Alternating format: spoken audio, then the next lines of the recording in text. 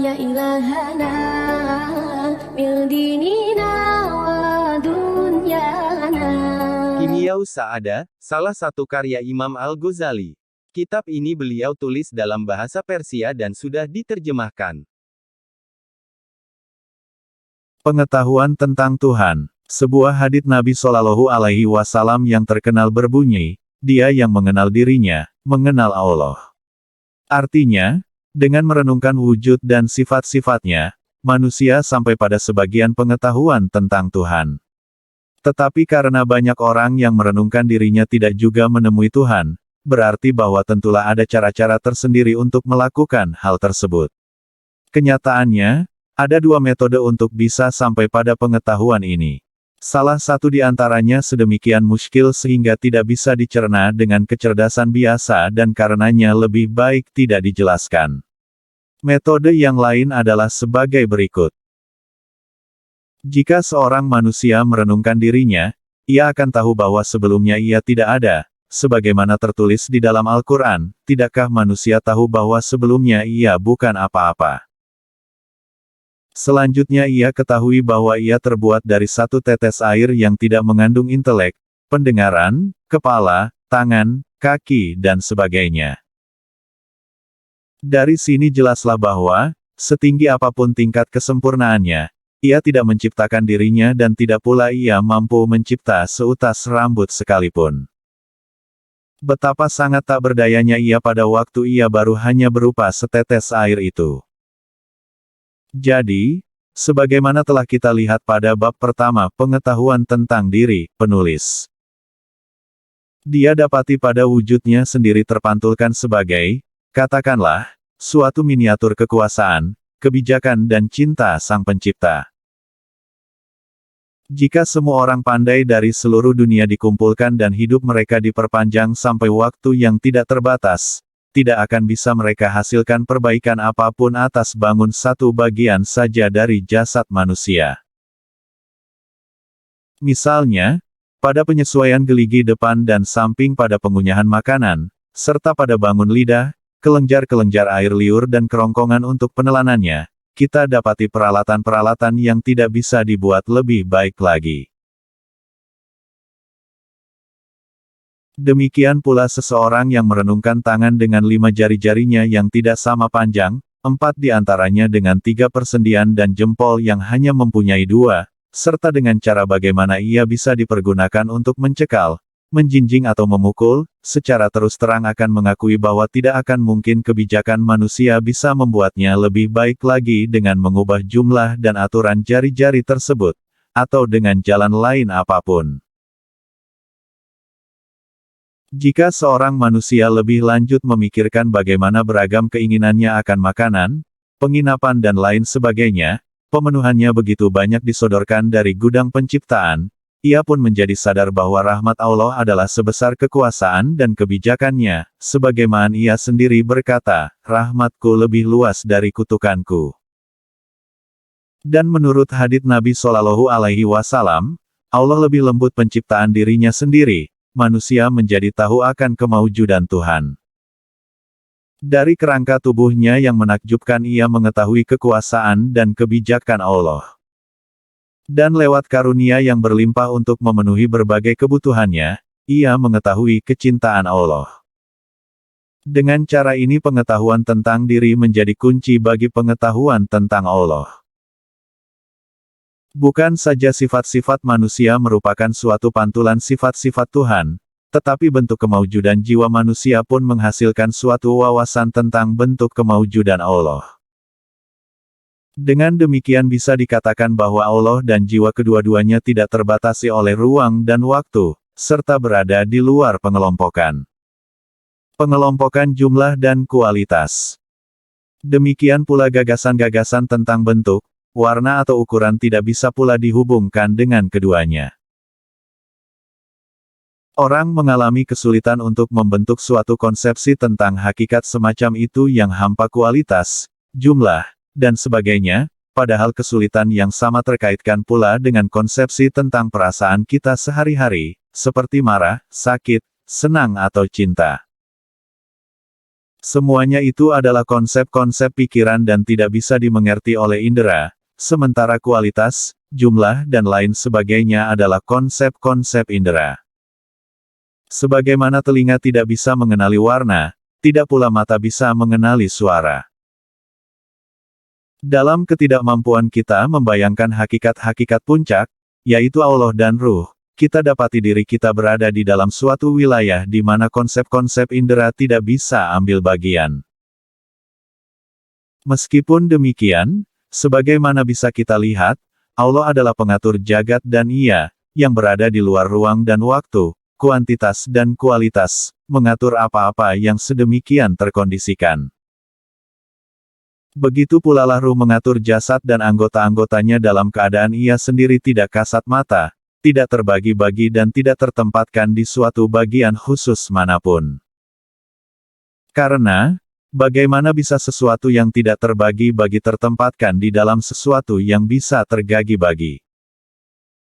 Dari semuanya ini bisa kita lihat betapa benarnya hadits Nabi Shallallahu Alaihi Wasallam, Allah menciptakan manusia di dalam kemiripan dengan dirinya sendiri.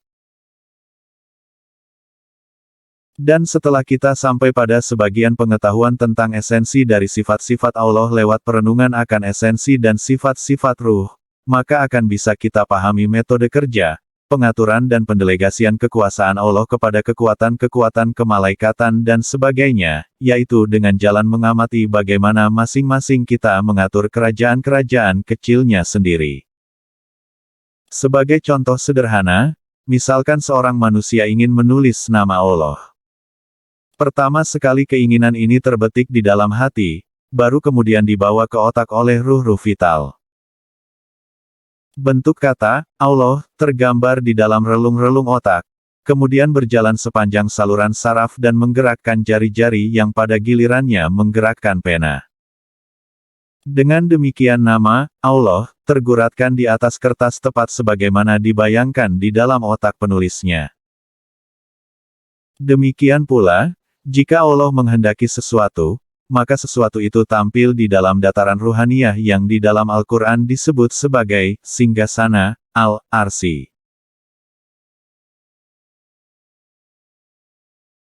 Dari singgasana itu ia berlalu lewat suatu arus spiritual ke arah suatu dataran yang lebih rendah yang disebut kursi al-kursi, kemudian bentuknya tampil dalam al-lauh, al-mahfuz yang, dengan perantaraan kekuatan-kekuatan yang disebut sebagai malaikat-malaikat, mewujud dan tampil di atas bumi dalam bentuk tanaman, pepohonan dan hewan-hewan, sebagai pencerminan keinginan dan pikiran Allah, sebagaimana huruf-huruf yang tertulis mencerminkan keinginan yang terbetik di dalam hati dan bentuk yang hadir di dalam otak sang penulis. Tidak seorang pun bisa memahami seorang raja kecuali seorang raja. Karena itu Tuhan telah menjadikan masing-masing kita sebagai, katakanlah, seorang raja dalam miniatur, atas suatu kerajaan yang merupakan tiruan dari kerajaannya yang telah disusutkan secara tidak terbatas. Di dalam kerajaan manusia, singgasana Allah dicerminkan oleh ruh, malaikat Jibril oleh hati, kursi oleh otak dan lauhul mahfuz oleh ruang gudang pikiran. Jiwa, yang ia sendiri tak tertempatkan dan tak terbagi bagi mengatur jasad sebagaimana Allah mengatur jagat. Pendeknya, kepada kita diamanatkan suatu kerajaan kecil, dan kita diwajibkan untuk tidak ceroboh dalam mengaturnya. Mengenai pengenalan tentang bagaimana Allah memelihara, ada banyak tingkatan pengetahuan. Ahli fisika biasa, seperti seekor semut yang merangkak di atas selembar kertas dan mengamati huruf-huruf hitam yang tersebar di atasnya, akan menunjukkan sebab hanya kepada pena saja.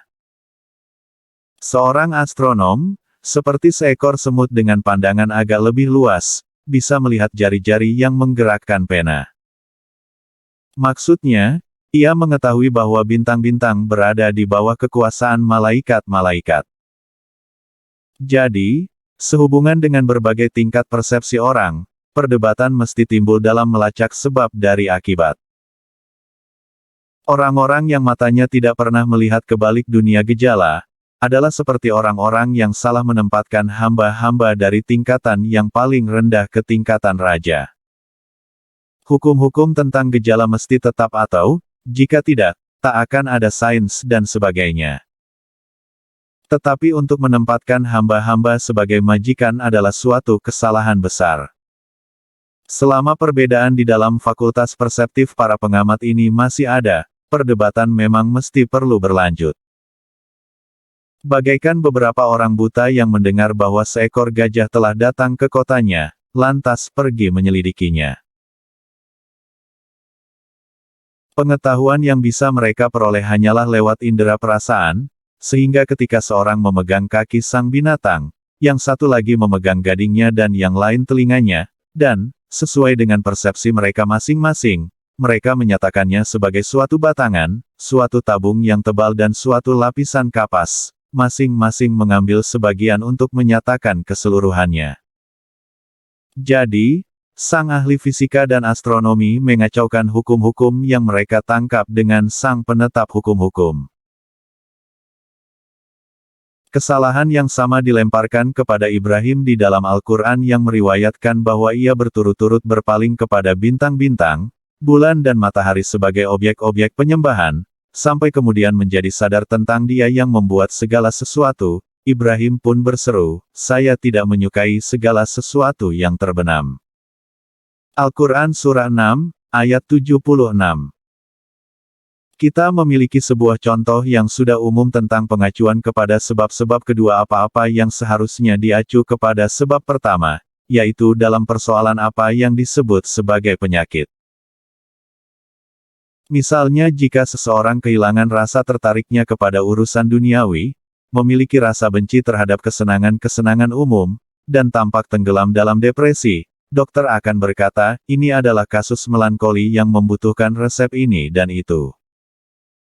Seorang ahli fisika akan berkata, ini adalah persoalan kekeringan otak yang disebabkan oleh cuaca panas dan tidak bisa disembuhkan sampai udara menjadi lembab kembali. Sang ahli astrologi akan mengaitkan hal ini dengan konjungsi atau oposisi tertentu planet-planet. Sejauh jangkauan kebijakan mereka, kata Al-Quran. Tidak terbayangkan oleh mereka bahwa yang sesungguhnya terjadi adalah seperti demikian, bahwa Yang Maha Kuasa berkehendak mengurus kesejahteraan orang itu, dan oleh karenanya telah memerintahkan hamba-hambanya, yakni planet-planet atau unsur-unsur, agar menciptakan keadaan seperti itu di dalam diri orang tersebut, sehingga ia bisa berpaling dari dunia ke arah penciptanya.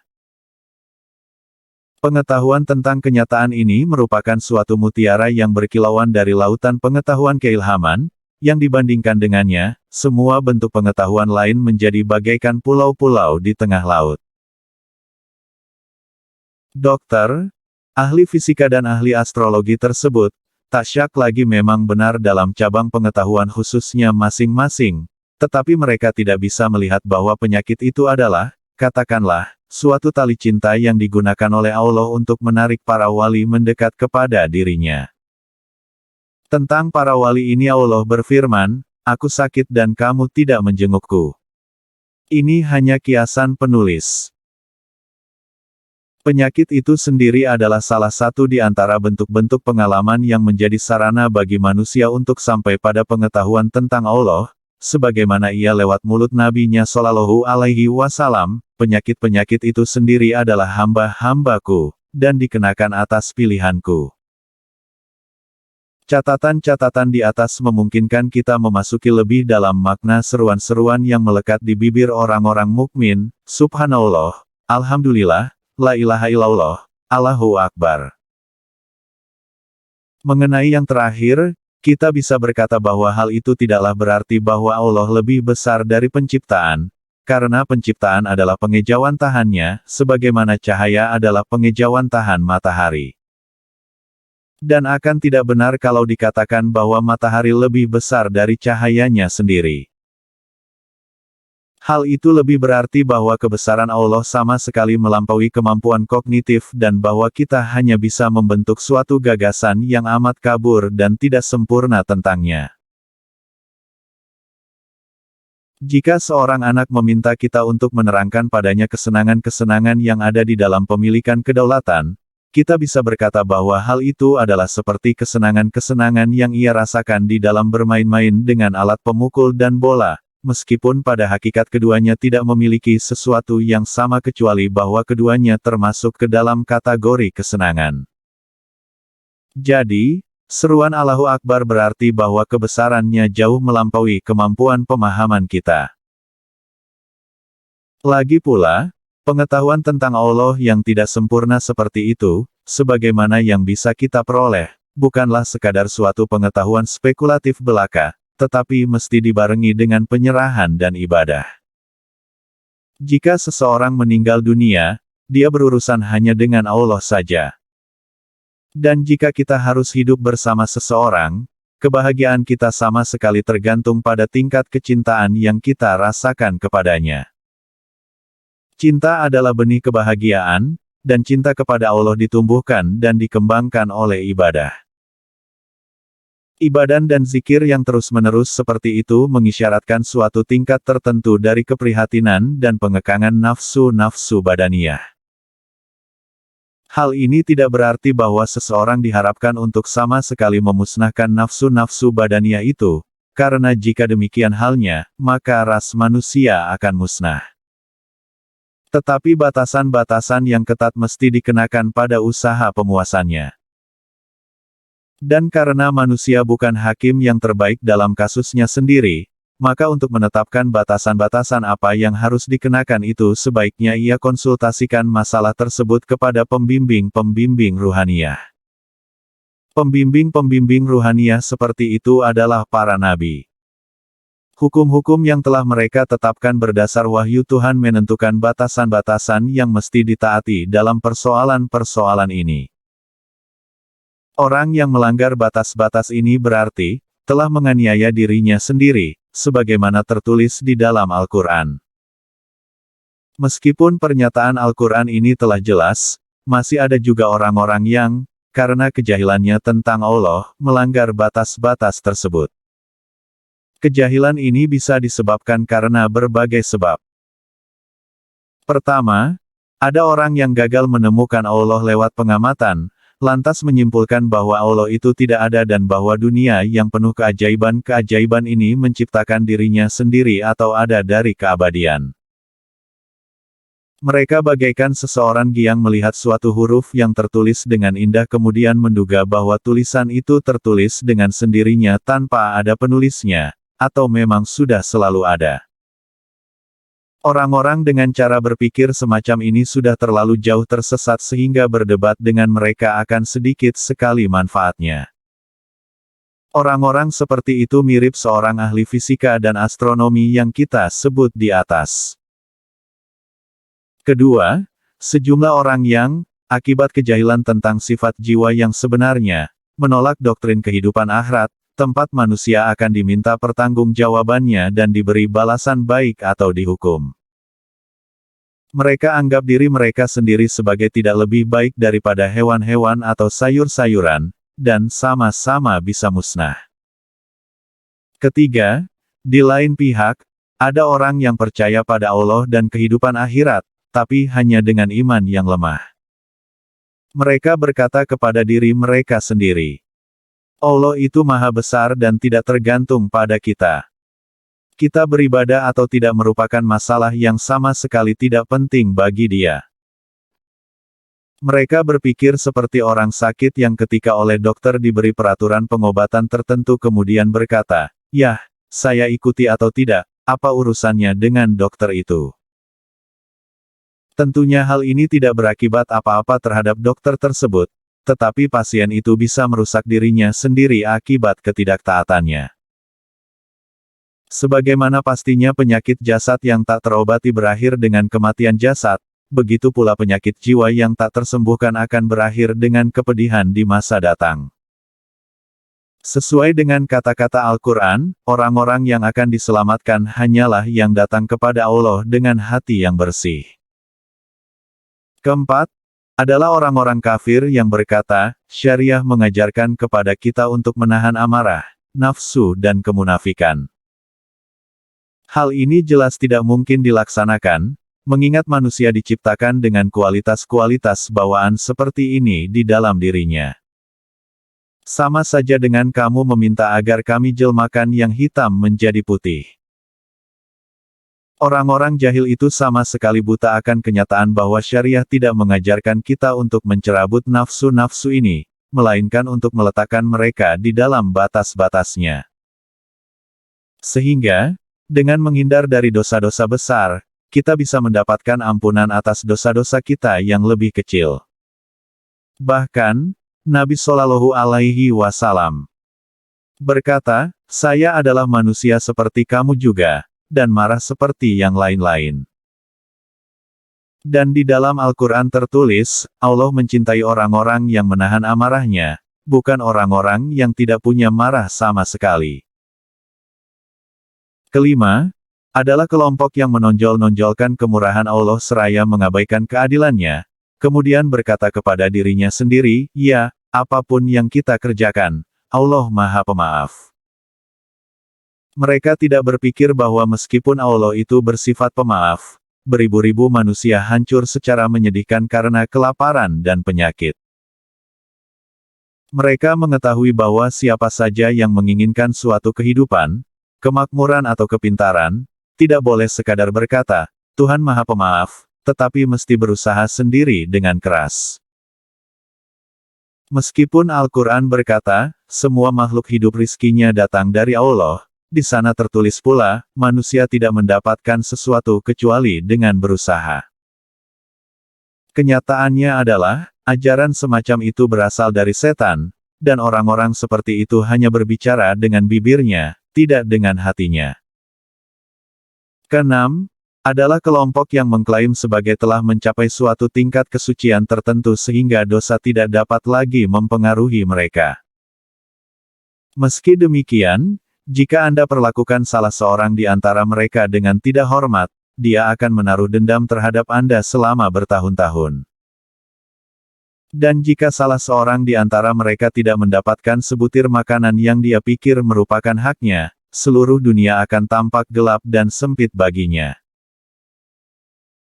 Bahkan, jika ada di antara mereka benar-benar bisa menaklukkan nafsu-nafsunya, mereka tidak punya hak untuk membuat klaim semacam itu, mengingat para nabi, jenis manusia yang tertinggi, terus-menerus mengakui dan meratapi dosa-dosa mereka. Beberapa di antara mereka mempunyai dosa yang sedemikian besar, sehingga mereka bahkan menjauhkan diri dari hal-hal yang halal. Pernah diriwayatkan dari Nabi Shallallahu Alaihi Wasallam bahwa suatu hari ketika sebutir korma dibawa kepadanya, beliau tidak mau memakannya hanya lantaran tidak yakin bahwa korma tersebut diperoleh secara halal. Sementara orang-orang yang berkehidupan bebas ini mau meneguk berliter-liter anggur dan mengklaim, "Saya menggigil pada saat menulis ini," sebagai lebih unggul dari nabi yang kesuciannya diancam oleh sebutir kurma, sementara mereka tidak terpengaruh oleh anggur sebanyak itu. Patutlah jika setan membenamkan mereka ke dalam kehancuran total. Orang-orang suci sejati mengetahui bahwa orang yang tidak bisa menguasai nafsu-nafsunya tidak pantas disebut sebagai seorang manusia. Dan bahwa seorang muslim sejati adalah orang yang dengan senang hati mau mengakui batas-batas yang ditetapkan oleh syariah. Orang yang berupaya dengan dalih apapun untuk mengabaikan kewajiban-kewajibannya, sudah jelas berada dalam pengaruh setan dan pura telah tenggelam di dalam lautan ketakjuban. Tetapi kepada mereka tentang apa yang mereka takjubkan, mereka mesti disuruh agar takjub semau mereka, tetapi agar mengingat bahwa Yang Maha Kuasa adalah pencipta mereka adalah abdi-abdinya.